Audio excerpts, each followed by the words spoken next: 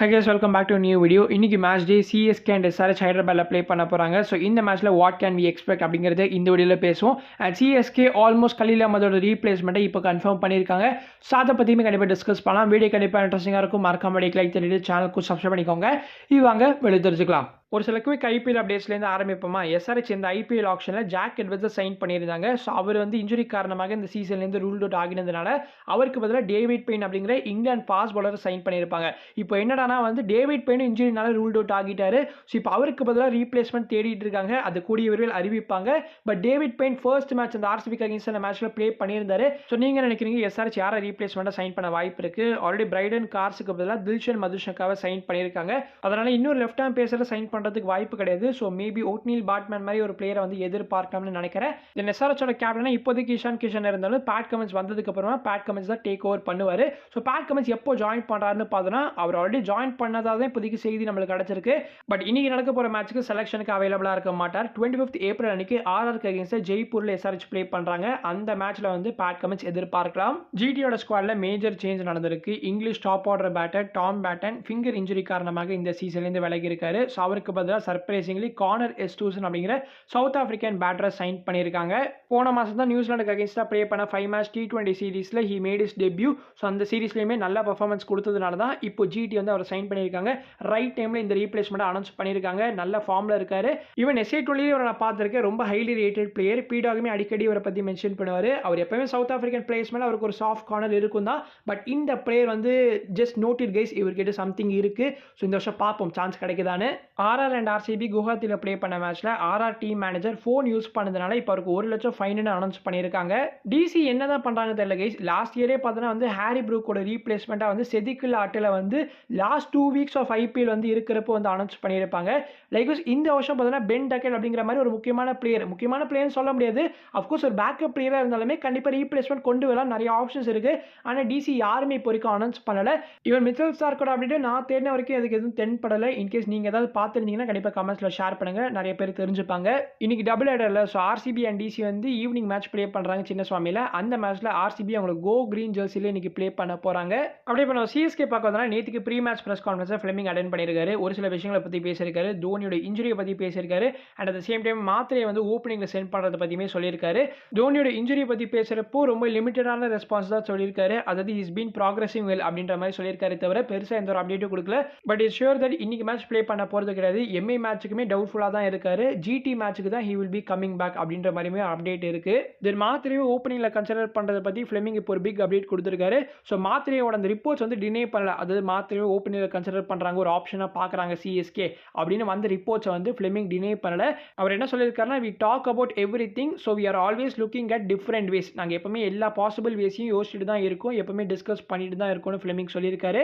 But இந்த மாதிரி நேரத்தில் தான் கேப்டனை பேக் பண்ணி ஆகணும். ருத்துவோட ஃபார்ம் கண்டிப்பாக வில் கம் குட். அவர் ரொம்ப ரொம்ப நல்ல பிளேயர். ஸோ அதனால் கண்டிப்பாக இந்த லைனப்பில் அவர் கான்ட்ரிபியூட் பண்ணுவார்னு ஃபிளமிங் சொல்லியிருக்காரு. ருத்துவை பேக் பண்ணுறனே சொல்லியிருக்காரு. அண்ட் நாங்கள் டிஃப்ரெண்ட் வேஸையுமே பார்த்துட்டு இருக்கோம்னு சொல்லியிருக்கிறதுனால ஸோ இன்கேஸ் ருத்துவோட ஃபார்ம் இதே மாதிரி கண்டினியூ ஆச்சுன்னா கண்டிப்பாக CSK will be tempted to try out மாத்திரை இன் ஓப்பனிங். தென் டீமுக்கு இந்த 2 விக்டரிஸ் எவ்வளோ இம்பார்ட்டன்ட்னு இப்போ சொல்லியிருக்காரு. ஸோ ஆல்ரெடி நம்ம பேசின மாதிரி தான் கான்ஃபிடன்ஸ் டீமுக்கு வந்து கண்டிப்பாக தேவை. அண்ட் வந்து நியூ குரூப் வந்து செட் பண்ணிட்டு இருக்கோம். அதனால் வந்து we are desperate to get the first win. But 2 in a row வந்திருக்கிறது இன்னுமே கிரேட்னு ஃபிளமிங் சொல்லியிருக்கிறதுனால கண்டிப்பாக இன்னைக்கு மேட்ச்சில் வந்து 3 in a row பண்ண பார்க்கணும். அண்ட் இது வந்து கண்டிப்பாக டாப் ஃபிக்சராக தான் இருக்க போகிறது. அண்ட் இந்த பிச் வந்து யூஸ்டு பிச் தான். நம்ம ஆர்ஆருக்கு அகேன்ஸ்டாக SRH ப்ளே பண்ணியிருந்தாங்க இல்லையா, அந்த பிச்சில் தான் ப்ளே பண்ண போகிறாங்க. ஆக்சுவலாக SRHோட சீனியர் பேசர்ஸ்லாம் ஸ்ட்ரகிள் பண்ணிட்டு இருந்ததுனால தான் ஓகே இந்த ஆர்ஆர் மேட்ச்சுக்கு வந்து நம்ம டிஃப்ரெண்ட்டாக போவோம்னு சொல்லி சாகிப் ஹுசேன் அண்ட் பிரஃபுல் இங்கன்ற மாதிரி 2 யங்ஸ்டர்ஸை வந்து சூஸ் பண்ணாங்க. And it work out. ஆனால் அது எல்லா மேட்ச்லையுமே ஒர்க் அவுட் ஆகுமான்னு சொல்ல முடியாது. ஸோ இந்த மேட்ச்லேயே கண்டிப்பாக ப்ளே பண்ண தான் போகிறாங்க. ஏன்னா லாஸ்ட் மேட்சோட கான்ஃபிடன்ஸ் கண்டிப்பாக இருக்கும். ஆனால் கண்டிப்பாக சிஎஸ்கே வந்து பார்த்துட்டு தான் வர போகிறாங்க. எல்லா பிளேயர்ஸுமே வந்து எப்படி ஹேண்டில் பண்ணணும்னு தெரியும். எஸ்பெஷலி ருத்து, சஞ்சு அண்ட் ஆயுஷ் மாத்திரை இவங்க 3 பேர் தான் அதிகமாக இந்த சாகிப் ஹுசேன் அண்ட் பிரஃபுல் இங்கே ஃபேஸ் பண்ண போகிறாங்க. அதனால் இவங்க 3 பேர் கரெக்டாக பிளான் பண்ணி ஒரு ஐடியாவோட வந்தாங்கன்னா கண்டிப்பாக ஒரு பிக் ஸ்கோரை போஸ்ட் பண்ணலாம். அண்ட் SRHோட பிளேயிங் லெவலில் இன்னைக்கு ஒரு சில சேஞ்சஸ் இருக்குன்ற மாதிரி Daniel Vettori pre match press கான்ஃபரன்ஸாக சொல்லியிருக்காரு.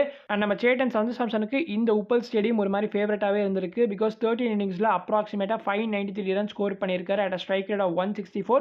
ஸோ இன்றைக்குமே சஞ்சு சாம்சன் கிட்ட ஒரு பிக் ஸ்கோர் எக்ஸ்பெக்ட் பண்ணலாம். பண்ணலாம். அண்ட் கைஸ் நீங்க வேணா எழுதி வச்சுக்கோங்க. சிஎஸ்கேட batting and bowling power play வச்சு தான் இன்னைக்கு மேட்சோட அவுட்கமே டிசைட் ஆக போகுது.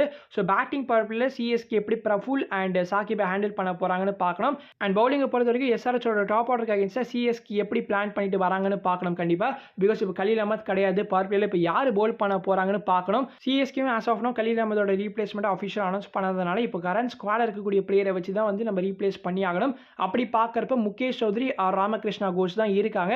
இதில் முகேஷ் சௌத்ரியால பவர் பிளேல பவுல் பண்ண முடியும். பட் கோஷால மோர் ஆஃப் மிடில் அண்ட் டெத்தில் தான் பவுல் பண்ண முடியும். மேபி பவர் பிளேல ஒரு ஓவர் தள்ளுறது யூஸ் பண்ணலாம். ஆனால் அதுவுமே வந்து பெரிய தப்பாக கூட மாறலாம். அதிக ரன்ஸ் கூட போகிறதுக்கு வாய்ப்பு இருக்குன்றப்போ எப்படி இப்போ வந்து பிளான் பண்ண போறாங்கன்னு தெரியல. பட் இந்த 2 பிளேயர் ஒருத்தர் கண்டிப்பாக இன்னைக்கு மேட்ச் பிளே பண்ண போறாங்க. That's for sure. And cricket buzz most of the time அவங்க சொல்ற எக்ஸ்பெக்டட் பிளேயிங் டுவெல் சரியா வந்திருக்கு. அண்ட் இப்போ அவங்க வந்து இந்த மேட்ச்க்கான பிளேயிங் டுவெல் போஸ்ட் பண்ணியிருக்காங்க. அதில் சர்ப்ரைசிங்லி நம்ம வந்து லாஸ்ட் வீடியோவில் பேசின மாதிரி மேட்ச் ஷாட்டை இன்க்ளூட் பண்ணியிருக்காங்க கைஸ். அகில் ஹுசைன் இந்த 11ல் கிடையாது.